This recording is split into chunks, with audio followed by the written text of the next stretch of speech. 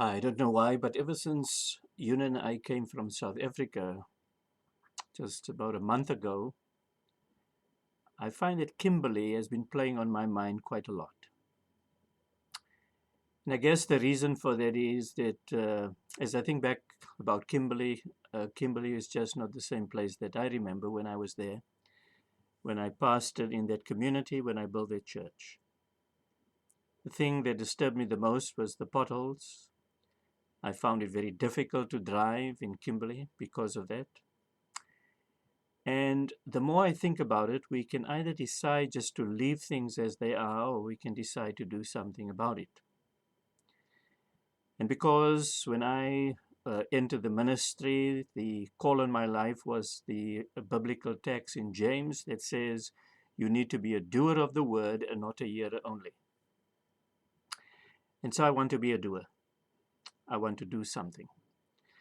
I don't exactly know what, but I know that when we start to have a conversation, when we put our hearts and minds together, when we begin to process what it is we would like to do, we could come up with something significant and something that can make a difference.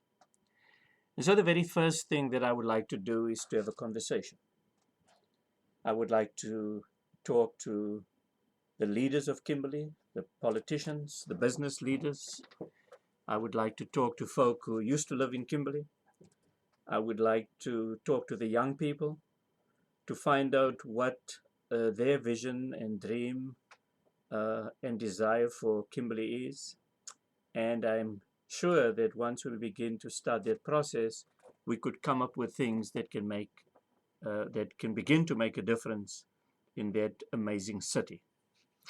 So my interest in wanting to get involved is for quite a while now. I've been interested in working with people in uh, the educational field.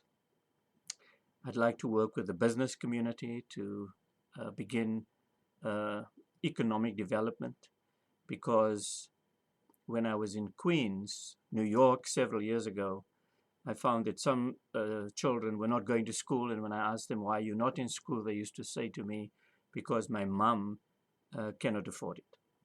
And so I would like to make sure that we work with our young people to make sure that they develop the skill that they need so that they can uh, uh, become economically self-sustained, and that they can make sure that their families are able to enjoy the life that all of us uh, have the potential and the possibility to enjoy.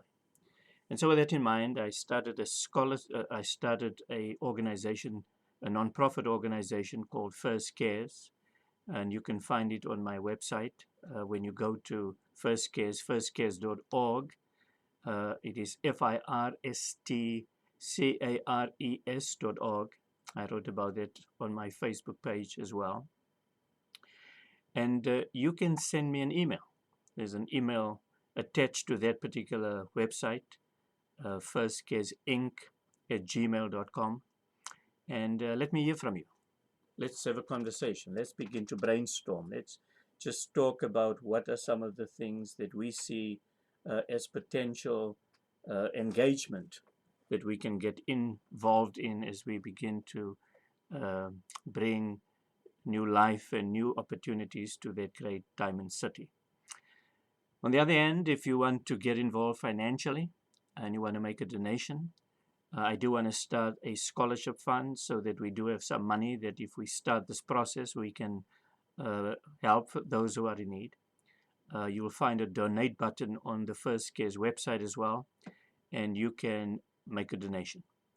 Any amount will be of benefit as we start this process, and who knows where it may lead to. And so thank you for the opportunity to talk with you. Um, thank you for who you are and for what you do. And I'm sure that nothing is impossible, and together we can make a tremendous difference. So let me hear from you. May God bless, and may God turn 2020, this crazy 2020, into a brand new year of new opportunities, of new possibilities, and let's work together to turn things around and not leave them where they are. Thanks.